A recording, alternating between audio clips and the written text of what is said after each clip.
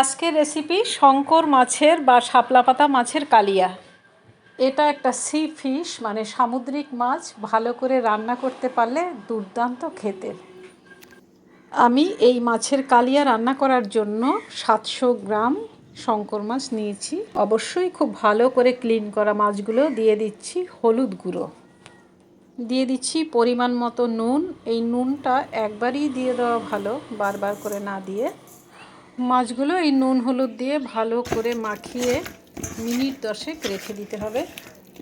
শঙ্কর মাছ বা শাপলা পাতা মাছ খেতে গেলে যেটা দরকার সেটা হচ্ছে পরিষ্কার করাটা। একটু ঈষদুষ্ণ গরম জলে পরিষ্কার করলে বেশি ভালো হয়, এবং যে একটা বালি মতো থাকে না উপরে দানা দানা, সেটা ফেলে দেওয়া উচিত। এটা 10 মিনিট রেখে দিলাম। তাহলে রান্নাটা শুরু করি। প্যান বসিয়ে দিলাম। হ্যাঁ, প্যান বেশ গরম হয়ে গেছে। দিয়ে দিচ্ছি সর্ষের তেল। তেলটা ভালোভাবে গরম হতেই মাছগুলোকে এক এক করে ভেজে নিচ্ছি। ইন্ডিয়াতে এই মাছটাকে তো শঙ্কর মাছ বলে, আর বাংলাদেশে বলে শাপলা পাতা মাছ, আর ইংলিশে এটাকে স্টিংরে ফিশ বলে। এই মাছের একটা বিশেষত্ব হলো এতে কিন্তু কোনো বোন নেই, মানে হাড় নেই। হাড় ছাড়া মাছ রয়েছে, হাড়ের মতোই একদম ফ্লেক্সিবল কার্টিলেজ, যেটাকে ওরা যেমন খুশি বেন্ড করতে পারে। এই শঙ্কর মাছের লেজ দিয়ে খুব ভালো চাবুক হয়। আর আমরা ঠাকুমা বড় মাদের কাছে শুনেছি যে আমাশা হলে শঙ্কর মাছ খেলে সেরে যায়।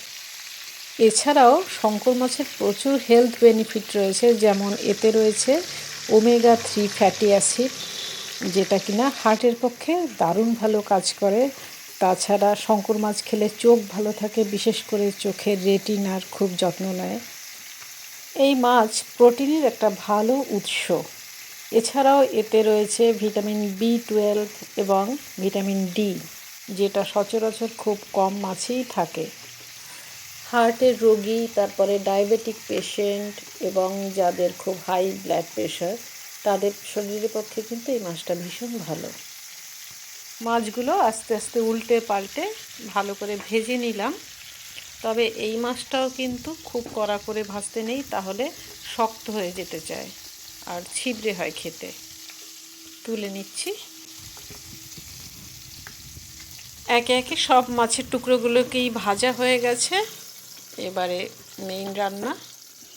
মাছগুলো ভাজার পর অনেকটা প্যানের তেল রয়ে গেছে, এর মধ্যেই বাকিটা দিয়ে দিচ্ছি এখানে গ্রেট করে রাখা একটা পেঁয়াজ এবং 8-10 কোয়া বড় সাইজের রসুন রয়েছে একই সাথে। এই মাছে রসুনটা একটু বেশি লাগে, কারণ সামুদ্রিক মাছ তো রসুনটা বেশি দিলে খেতে ভালো হয় এবং গন্ধটাও ভালো আসে। মশলা কষানোর মধ্যে একটু নুন দিয়ে দিচ্ছি, তাতে মশলাটা পুড়ে যায় না সহজে। তেলটা একটু বেশি কম হয়ে গেছে, আর একটু সাদা তেল দিয়ে নিচ্ছি। এরকম রান্নার মাঝখানে যদি তেল দিতে হয় তখন আর সর্ষের তেল দেওয়াটা ঠিক হবে না, সাদা তেল দিলাম তাই। মাঝপথে কাঁচা তেল দিলে, মানে সর্ষের তেল দিলে একটা কাঁচা গন্ধ আসে, সাদা তেল দিলে সেই অসুবিধাটা হয় না। অনেক দর্শক বন্ধুরা যারা আমার রান্না দেখছেন তারা হয়তো এই ব্যাপারগুলো জানেন আগে থেকেই, তবুও বলছি কারণ নতুন যারা রান্না শিখছে তাদের জন্য, তাদেরকে এটা জানানো দরকার আমাদের। এবার দিয়ে দিচ্ছি কুচনো টমেটো। শঙ্কর মাছে টমেটোটা খুব ভালো যায়। যেহেতু পেঁয়াজ আর টমেটো রয়েছে তাই লঙ্কার গুঁড়োটা দিয়ে দিচ্ছি, নইলে জলে গুলে দিলে ভালো হতো। এখানে যেহেতু টমেটোর রস রয়েছে আর জলে গুলে দেওয়ার দরকার নেই। এই রান্নাটাতেও আজকে আমি ধনে বা জিরের গুঁড়ো বা বাটা কোনোটাই ব্যবহার করব না, দিচ্ছি একটু আদা বাটা। এখন সবার সাথে সবার একটু মেলামেশা করার পালা। দিচ্ছি 1 ঢাকনা ভিনিগার। শঙ্কর মাছে ভিনিগার দিয়ে দেখবেন স্বাদ কত গুণ বেড়ে যায়। মশলাটা কষানো প্রায় হয়ে গেছে, অল্প অল্প তেল বেরিয়ে আসছে। আপনারা বুঝতে পারছেন কি না জানি না। আমি জল ঢেলে দিচ্ছি, অল্প অল্প জল দেব, কারণ খুব বেশি ঝোল দিলে খেতে ভালো হয় না, একটু মাখা মাখা থাকলে ভালো লাগে। আর এটা হচ্ছে শঙ্কর মাছের কালিয়া যেহেতু, তাই একদমই কম জল দিয়েছি। ঝোলটা ফুটছে, এখন মাছগুলো দিয়ে দেব। একটু ভালো করে মাছগুলোকে ঝোলের মধ্যে ডুবিয়ে দিতে হবে, যাতে ভালো করে ফুটতে পারে, সেদ্ধ হতে পারে। আর তাছাড়াও এটা একটা মেয়েদের অভ্যেস, মানে হাত দিয়ে একটু নাড়িয়ে না দিতে পারলে শান্তি নেই। বেশ ফুটছে, এই অবস্থায় একটু ঢাকনা দিয়ে দেব আর ওভেনটাকে একটু ফ্লেমটা কমিয়ে দেব।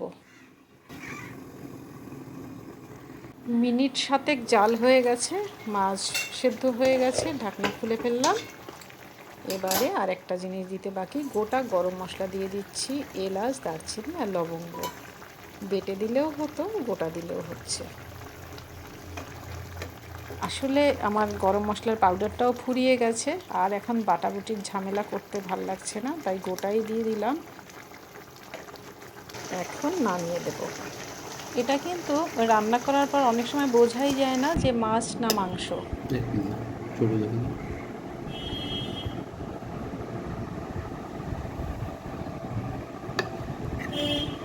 যারা ভিডিওটি দেখছেন তাদের জন্য রইল আমার অফুরন্ত আন্তরিক ভালোবাসা।